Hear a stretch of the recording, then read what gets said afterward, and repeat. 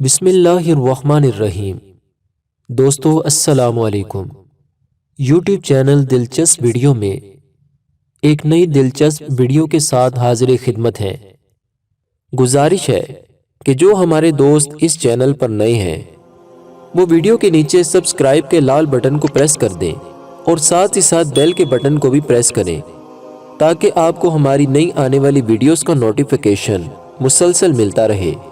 اور باقی دوستوں سے بھی گزارش ہے کہ اس ویڈیو کو لائک اور شیئر ضرور کریں تاکہ یہ اہم معلومات آپ کے دوسرے دوستوں تک بھی ضرور پہنچ جائے۔ قاضی کوفہ محمد بن غسان رحمۃ اللہ تعالی علیہ فرماتے ہیں کہ عید قربان کے دن میں اپنی والدہ کی خدمت میں حاضر ہوا تو میں نے وہاں پھٹے پرانے بوسیدہ کپڑے پہنے ہوئے ایک بڑھیا کو دیکھا۔ مجھے اس کا انداز گفتگو بہت اچھا لگا۔ میں نے اپنی والدہ سے پوچھا، یہ عورت کون ہے؟ فرمایا، یہ تمہاری خالہ آنیہ ہے جو ہارون الرشید کے وزیر جعفر بن یحییٰ برمکی کی ماں ہے۔ میں نے انہیں سلام کیا تو انہوں نے میرے سلام کا جواب دیا۔ میں نے ان کی خیریت دریافت کی، پھر پوچھا کہ آپ کی یہ حالت کیوں کر ہوئی؟ تو انہوں نے فرمایا، بیٹا، ہم نے غفلت میں زندگی گزاری اور وقت ضائع کرنے میں لگے رہے تو زمانہ ہم سے روٹھ گیا۔ میں نے کہا، اپنی شان و شوکت کا کوئی واقعہ سنائیے۔ کہنے لگی، ضرور، ایک چھوٹا سا واقعہ سناتی ہوں، اس سے میری شان و شوکت کا اندازہ لگا لینا۔ آج سے 3 سال پہلے عید قربان کے موقع پر میرے پاس 400 اوڑنیاں تھیں۔ میرے بیٹے نے رسم کے طور پر میرے پاس 1400 بکروں کے سر اور 300 بیلوں کے سر بھیجے۔ زیورات اور لباس وغیرہ اس کے علاوہ تھے۔ اس کے باوجود میرا خیال تھا کہ میرا بیٹا میرا نافرمان ہے، اور آج یہ حال ہے کہ میں تمہارے پاس 2 بکروں کی کھالیں لینے آئی ہوں تاکہ ان کا لباس بناؤں۔ قاضی صاحب فرماتے ہیں کہ ان کی داستان زوال سن کر میں بہت رنجیدہ ہوا، میری آنکھوں سے آنسو روا ہو گئے۔ اس وقت میرے پاس جو دینار تھے میں نے انہیں تحفتاً دے دیے۔ دوستو، دیکھ لو دنیا کس طرح منہ موڑتی ہے اور اس کی نعمتیں کس طرح فنا ہو جاتی ہیں۔ دنیا کے فریب سے بڑھ کر کوئی فریب نہیں، اور جو اس کی برائی دیکھ کر اس سے کنارہ کشی کر لے وہ سعادت مند ہے۔ دنیا کے مصائب کثیر ہیں، ان میں سے ایک مصیبت بندے کے مال اور اولاد میں آتی ہے اور دوسری بندے کو اسلام سے دور کر کے کافر بنا دیتی ہے۔ چنانچہ ایک بزرگ رحمت اللہ تعالی علیہ فرماتے ہیں کہ میں حضرت حسن بصری رحمت اللہ تعالی علیہ کے پاس بیٹھا ہوا تھا کہ کچھ لوگ ایک مردے کو گھسیٹتے ہوئے وہاں سے گزرے۔ حضرت حسن بصری اسے دیکھ کر بے ہوش ہو کر زمین پر تشریف لے آئے۔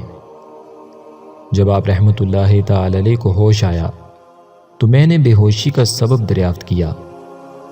آپ نے فرمایا، یہ مردہ کبھی اعلیٰ درجے کے عابدوں اور زاہدوں میں سے تھا۔ میں نے عرض کی، اے ابو سعید، ہمیں اس کے بارے میں بتائیے۔ آپ رحمت اللہ تعالی علیہ نے فرمایا، یہ اپنے گھر سے نماز ادا کرنے کی نیت سے نکلا تو راستے میں اس کی نظر ایک عیسائی لڑکی پر پڑی۔ اسے دیکھ کر یہ فتنے میں پڑ گیا۔ اس لڑکی نے اس سے کہا، جب تک تو میرے مذہب میں داخل نہ ہوگا میں تجھ سے نکاح نہ کروں گی۔ وقت گزرنے کے ساتھ ساتھ اس کی شہوت بھی بڑھتی چلی گئی۔ آخر کار اس پر بدبختی غالب آ گئی اور اس نے لڑکی کی بات مان کر دین اسلام چھوڑ دیا اور عیسائی مذہب قبول کر لیا۔ جب لڑکی کو اس بات کی خبر ہوئی تو اس نے کہا، اے فلاں، تجھ میں کوئی بھلائی نہیں، تو نے گھٹیا شہوت کے لیے اپنا وہ دین چھوڑ دیا جس پر تو نے اپنی ساری زندگی گزاری تھی۔ مگر میں اللہ کی ابدی نعمتوں کے حصول کے لیے عیسائیت چھوڑ رہی ہوں۔ پھر اس لڑکی نے یہ سورہ مبارکہ تلاوت کی، قل هو اللہ احد اللہ الصمد لم یلد ولم یولد ولم یکن لہ کفوا احد۔ لوگوں کو اس لڑکی کے منہ سے قرآن سن کر بڑی حیرانی ہوئی، لہٰذا انہوں نے پوچھا، کیا تم نے یہ سورت پہلے سے یاد کر رکھی تھی؟ لڑکی نے جواب دیا، خدا کی قسم ہرگز نہیں، بلکہ میں تو اس سورت کے بارے میں کچھ بھی نہ جانتی تھی، لیکن جب اس شخص نے مجھ سے نکاح کرنے کے لیے اصرار کیا تو میں نے خواب میں دیکھا کہ میں دوزخ میں داخل ہو رہی ہوں کہ اچانک اس شخص کو میری جگہ جہنم میں ڈال دیا گیا۔ یہ خواب دیکھنے کے بعد میں بے حد خوفزدہ ہو گئی تو حضرت مالک نے مجھ سے کہا، ڈرو مت، اللہ نے اس شخص کو تیرا فدیہ بنا دیا ہے۔ پھر کسی نے میرا ہاتھ پکڑا اور مجھے جنت میں داخل کر دیا۔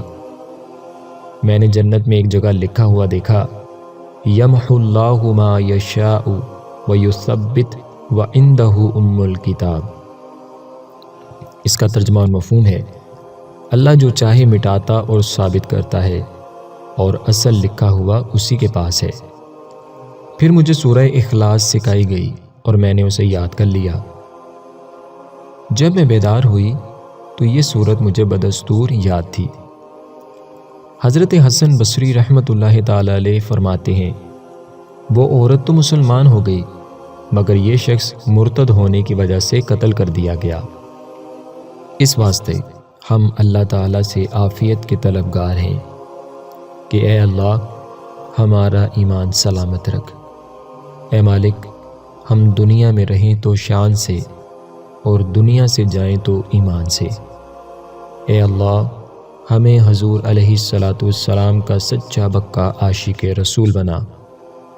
اے مالک مولا، محبوب کریم علیہ السلام کی غلامی میں جینا اور مرنا نصیب فرما، اور اے اللہ پاک مرنے سے پہلے ہمیں سچی توبہ کی توفیق عطا فرما، اور ہمارے تمام گناہوں کو بخش کر انہیں نیکیوں میں تبدیل فرما، اور اے مالک مولا ہمیں قبر و آخرت میں سرخ روحی نصیب فرما، اور کل بروز قیامت حضور علیہ السلام کی شفاعت کبریٰ نصیب فرما کر ہمیں جنت میں اعلیٰ مقام عطا فرما، آمین بجاہ النبی الامین صلی اللہ علیہ وسلم۔